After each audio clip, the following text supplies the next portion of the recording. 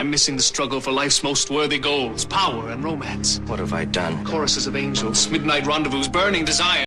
If you grew up with only 3 big networks and a clunky cable box that might have worked on a good day, you know the early 1980s were a wild time for TV.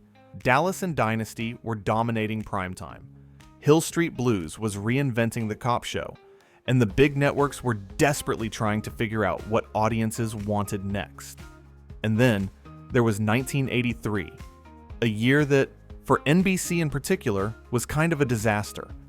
The network rolled out a whole slate of new shows with big stars, high concepts, and some truly bizarre premises. On paper, a lot of them looked like hits. In reality, they crashed so hard they've become legends in the "What Were They Thinking?" Hall of Fame. In this video, we're counting down the biggest TV flops of 1983 and what went wrong. From talking animals to sexy ghosts, from failed Dallas clones to overhyped action dramas, we're going to look at 9 shows that just couldn't survive their first season, and in some cases, barely survived a month. Before we dive in, if you love deep dives into forgotten TV, flops, and nostalgic shows from the 70s, 80s, and 90s, make sure to hit that like button, subscribe to Throwback Network, and ring the bell so you don't miss future episodes. Alright, let's head back to 1983 and start the countdown with a show that tried to ride the primetime soap craze and stalled out in the dust. Number 9, The Yellow Rose, Dallas in Disguise. Kicking off our list at number 9 is The Yellow Rose, NBC's big swing at cashing in on the primetime soap craze. Dallas was huge, Dynasty was huge, and the network basically said, "We want one of those," but with Sam Elliott's mustache. The Yellow Rose followed a powerful Texas family running a sprawling ranch and tangled up in oil, money, love triangles, and a whole lot of melodrama. On paper, it sounded like can't-miss television. The cast was solid. Sam Elliott, Sybil Shepherd, and Chuck Connors brought serious star power. The location shots looked great, the production values were high, and NBC clearly hoped it would become their flagship drama. So what went wrong? First, the show never really figured out its identity. Dallas had already perfected the rich oil family with secrets formula. The Yellow Rose tried to split the difference between gritty Western drama and soapy, over-the-top intrigue, and ended up feeling like a weaker copy of shows people were already invested in. Second, audiences only have room in their hearts for so many scheming oil tycoons. Viewers were loyal to the Ewings and Carringtons, and The Yellow Rose didn't offer a compelling reason to switch. Its storytelling felt slower and less juicy, with fewer big water cooler moments to get people talking. Finally, timing was brutal. By 1983, the market for another serious Texas soap was saturated. NBC gave it a full season, but the ratings never justified the hype, and the show quietly rode off into the sunset after 1 year. The Yellow Rose is a great example of a common 1983 problem, chasing trends instead of setting them. And as we'll see, NBC did that a lot this year. Number 8, Automan, Tron on a TV budget. For number 8, we're jumping over to ABC with Automan, one of the most gloriously over-the-top flops of the 1983-84 season. If you've ever seen screenshots and thought, did Tron get turned into a cop show? You're basically right. Automan followed mild-mannered computer expert Walter Nebusher, who creates the ultimate crime-fighting program. That program literally steps out of the computer and becomes Automan, a glowing, neon-suited superhero who can bend the laws of physics, conjure vehicles, and outthink criminals in seconds. He's accompanied by a snarky floating cursor named Cursor, who draws things like their iconic autocar. On paper, this was cutting-edge stuff. Tron had just hit theaters a year earlier. Video games and computers were exploding in popularity, and ABC clearly wanted to tap into that high-tech energy. The show leaned into special effects, glowing outlines, and futuristic visuals that looked amazing for about 5 minutes. So what went wrong? First, the effects were insanely expensive for a weekly TV series. Every time Automan appeared, or a light-traced car whipped around a 90-degree turn, you were burning through budget. That meant the show had to cut corners elsewhere, and the scripts often felt like pretty standard cop plots wrapped in neon. Second, the tone was tough to sell. Automan walked this weird line between parody and straight-faced superhero show. It was campy, but not always intentionally. Some viewers loved the cheese. Most just found it confusing or silly. Finally, the competition and scheduling didn't help, and ratings never justified the cost. ABC pulled the plug after a short run, with some episodes only airing overseas. Today, Automan has a cult following as a perfect, so bad it's good time capsule of early 80s sci-fi TV, ambitious, goofy, and absolutely not built to last. Number 7. Wizards and Warriors, campy fantasy without a kingdom. At number 7, we're jumping into full-on fantasy with Wizards and Warriors, a 1983 CBS series that looked like it walked straight out of a Dungeons & Dragons campaign, and then tripped over its own cape. The show takes place in a medieval-style world where Prince Eric Greystone battles his rival, the villainous Prince Dirk Blackpool, for control, glory, and the hand of a spoiled princess. You've got magic, sword fights, castles, sorcerers, and a tone that swings wildly between adventure and outright parody. In a way, it was trying to be The Princess Bride years before. The Princess Bride actually existed. So what went wrong?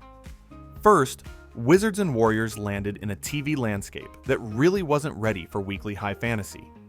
In 1983, audiences were used to cop shows, soaps, and family sitcoms.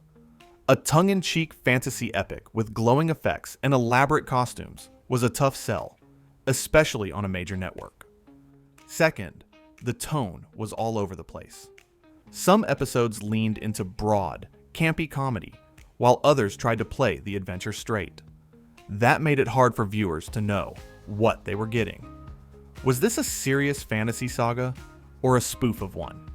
The show never fully committed either way, and that inconsistency hurt it. On top of that, fantasy is expensive. Sets, costumes, effects, and stunt work all add up.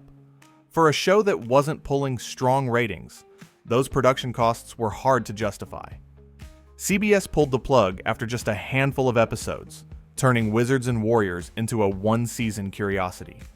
Today, it's developed a small cult following as a charming, goofy relic of early 80s TV. Ambitious, weird, and totally out of step with what most people were watching at the time. But in 1983, it was just another risky swing that didn't connect. Number 6. Bay City Blues, prestige without a crowd. At number 6, we've got a show with serious pedigree, Bay City Blues. This series came from Stephen Bachko, the mind behind Hill Street Blues, and it clearly tried to apply that same gritty ensemble formula to an unusual setting, a minor league baseball team. The idea was intriguing. Instead of big league glamour, we'd see the guys who never quite made it. The lifers, the journeymen, and the dreamers stuck in dusty stadiums under harsh lights. There were interesting characters, from aging players to young hotshots, all trying to survive, both on the field and off. So what went wrong? First, the tone was a tough sell. Bay City Blues was serious, reflective, and character-driven at a time when many viewers tuned into sports-related entertainment for excitement, underdog stories, and clear wins and losses. This was more about personal struggle than home runs. Smart idea, but maybe too subtle for a broad 1983 audience. Second, the time slot was brutal. The show was thrown into a competitive night where viewers already had favorite programs. It never got the momentum or promotional push needed to convince people to try a moody show about minor league baseball when they already had shiny options elsewhere. And then, the classic problem, patience. Prestige dramas today sometimes get a season or two to find their footing. In 1983, if you didn't pull decent ratings quickly, you were gone. Bay City Blues was yanked after only a handful of episodes. with some installments never even airing during the original run. Bay City Blues is one of those flops that might have thrived on a different network, in a different era, with more patience. Instead, it became just another casualty of NBC's chaotic 1983 experiment. Number 5. We Got It Made, sitcom stuck in the 70s. Now let's step into sitcom territory with number 5, We Got It Made. If you've never heard of it, imagine someone took the most basic two guys and a pretty girl premise from a late 70s sitcom, didn't update anything, and dropped it into 1983 as if time had stood still. The setup is simple. Two young New York bachelors hire a stunning live-in maid named Mickey. She's charming, somewhat naive, and of course, their girlfriends are not thrilled about the arrangement. Cue jealousy, misunderstandings, and lots of jokes about how lucky these guys are to have a beautiful woman living in the apartment. That's kind of the whole show. So what went wrong? First, critics absolutely roasted it. By 1983 standards, the premise already felt pretty sexist and one-note. Viewers had been through years of Three's Company, and shows were starting to move toward sharper writing and more interesting relationships. We Got It Made felt like someone photocopied a photocopy of an old idea. Second, the characters were paper thin. Sitcoms can get away with a simple setup if the characters pop. Here, they didn't. The two guys were generic, and Mickey, despite the charm of the actress, was written more as a fantasy than a person. Without depth, the show had nowhere to go beyond the same tired jokes. Initially, Curiosity gave it a decent sampling, but the ratings dropped once audiences realized the concept wasn't going to evolve. NBC shuffled it around the schedule, then cut it loose. The weird twist? The show later reappeared in first-run syndication, getting a sort of second life. But in 1983, on a major network, We Got It Made was a reminder that TV was slowly outgrowing some of its old habits, and shows that didn't evolve were going to get left behind. Number 4. The Rousters, We Will Sink the Love Boat. Nope. At number 4, we've got The Rousters, a show that might win the award for the most chaotic premise of 1983. The series followed the modern-day descendants of legendary lawman Wyatt Earp, who now worked as roustabouts in a traveling carnival, and moonlighted as bounty hunters. Yes, really. If that sounds like someone pulled 3 different show ideas out of a hat and smashed them together, you're not wrong. The tone bounced between action, comedy, and family drama, with colorful carnival settings and rough-and-tumble chases. NBC hyped The Rousters loudly, even bragging in promos that it would sink the love boat, which was still a solid performer over on ABC. So what went wrong? Pretty much everything. The premise was so quirky and overstuffed that it was hard for viewers to know what they were signing up for. Was it a fun, goofy romp? A serious action show? A Western legacy series? The Rousters tried to be all of the above and ended up feeling unfocused. The humor didn't quite land, the action wasn't strong enough to satisfy hardcore fans, and the family elements didn't have the emotional weight to carry the drama. Audiences tuned in once, maybe twice, and didn't see a reason to stay. The network's big talk about sinking the love boat only made the flop more embarrassing. Instead of knocking off a hit, the Rousters sank almost instantly. NBC cut it after just a handful of episodes, with remaining installments burned off later. The Rousters is a prime example of 1983 NBC overconfidence. A wild premise, a loud marketing campaign, but no clear idea of what would actually keep people watching week after week. Number 3. Jennifer Slept Here, The Ghost. Nobody asked for coming in. At number 3 is Jennifer Slept Here, a sitcom that feels like it was cobbled together out of leftover ideas from earlier decades. The concept: a family moves into a Hollywood home formerly owned by a glamorous movie star who died there. Her ghost, Jennifer, now haunts the place. But only the teenage son can see and talk to her. If that sounds like a cross between Topper and Bewitched with a teen comedy twist, that's exactly what NBC was going for. Ann Gillian played Jennifer as a bubbly, wisecracking spirit, trying to help this awkward teen navigate life, girls, and growing up, all while hiding her existence from his family. So what went wrong? First, the tone was weirdly off. The idea of a teenage boy and a beautiful ghost that only he can see led to some awkward comedic beats that felt a little uncomfortable, even by 80s standards. It walked a thin line between cute supernatural comedy and this is kind of creepy and weird, and not in a good way. Second, the show leaned heavily on the novelty of Jennifer being a ghost, but the jokes and plots often felt generic. Once you've done the ghost helps with homework and ghost interferes with social life episodes, where do you go? There wasn't much depth to the concept beyond the initial hook. On top of that, Jennifer Slept Here faced stiff competition on Friday nights from more established family-friendly hits. Viewers who wanted comfort TV already had their favorites.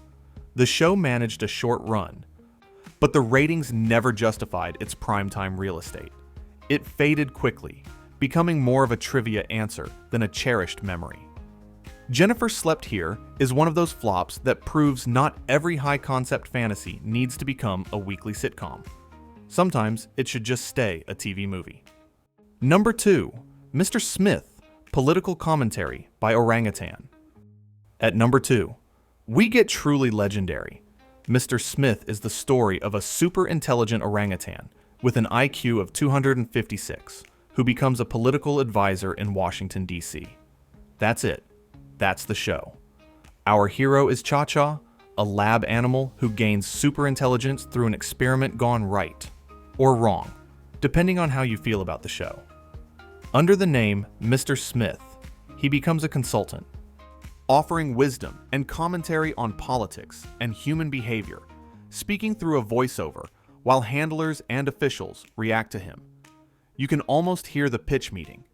Kids love animals. Adults like political satire. Let's put them together.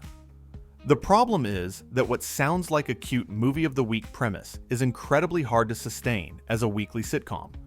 Once you get past the initial, wow, the monkey is smart joke, you're left trying to write political stories around an animal who can't actually deliver lines. So what went wrong? Pretty much everything you'd expect. The jokes leaned heavily on the gimmick, and the show struggled to find a consistent tone. Was it gentle satire, broad slapstick, or a family show with government wallpaper? It never fully committed to anything. The logistics didn't help either. Working with an animal is expensive and time-consuming, and you still have to build plots around human characters reacting to something that, at its core, is just a trained orangutan staring at them. Audiences checked it out, shrugged, and moved on. Critics pounced, and Mr. Smith quickly became shorthand for what were they thinking in TV circles. It didn't last long, and today it's mostly remembered as one of the strangest misfires of the era. If you ever needed proof that not every movie-style gimmick works as a series, Mr. Smith is Exhibit A. Number 1, Manimal, the king of 1983 flops. And at number 1, we arrive at the undisputed champion of 1983 TV disasters, Manimal. If you know, you know. If you don't, buckle up. Manimal follows Jonathan Chase, a wealthy, mysterious crime fighter who can transform into any animal to help solve cases. A panther stalking bad guys in an alley? That's him. A hawk tracking criminals from the sky? Also him. With every transformation came dramatic, drawn-out special effects, sequences designed to show off NBC's makeup and prosthetics budget. On paper, this probably sounded like a fresh, comic book-style series for a network hungry for a hit. In execution, it walked a razor-thin line between cool genre show and unintentional comedy. The transformations were impressive for their time, but expensive and repetitive. The rest of the episode often boiled down to fairly standard crime of the week plots that couldn't live up to the wild premise. What really doomed Manimal, though, was a combination of cost, competition, and tone. Special effects ate up a huge chunk of the budget, and the series was scheduled against Dallas, one of the biggest juggernauts on television. That's like sending a baby gazelle to fight a lion. Tone-wise, the show played everything straight. There was very little wink or self-awareness. You had this very serious lead actor delivering grave monologues, and then turning into a panther. Audiences in 1983 just didn't buy it, at least not in the numbers NBC needed. Manimal was canceled after only 8 episodes. But it lived on in pop culture as a kind of legendary punchline, the ultimate example of how far a network would go in search of a unique hook. In the years since, it's picked up a small cult following among fans of So Bad It's Good television. But in 1983, it was clear. Manimal wasn't the hero NBC needed or wanted.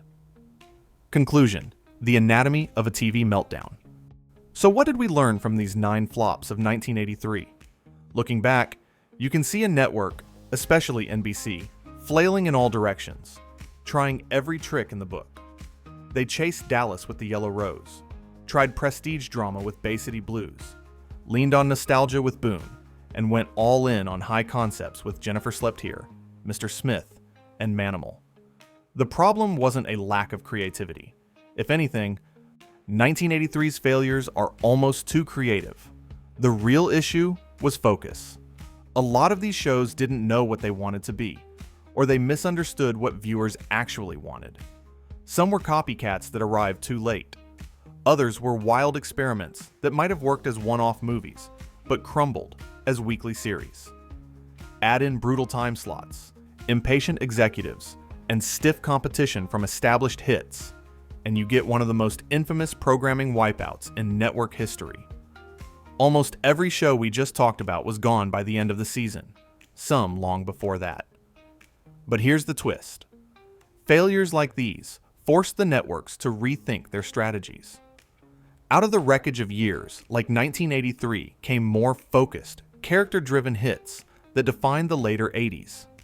Sometimes, a year of flops is the painful reset button that leads to something better.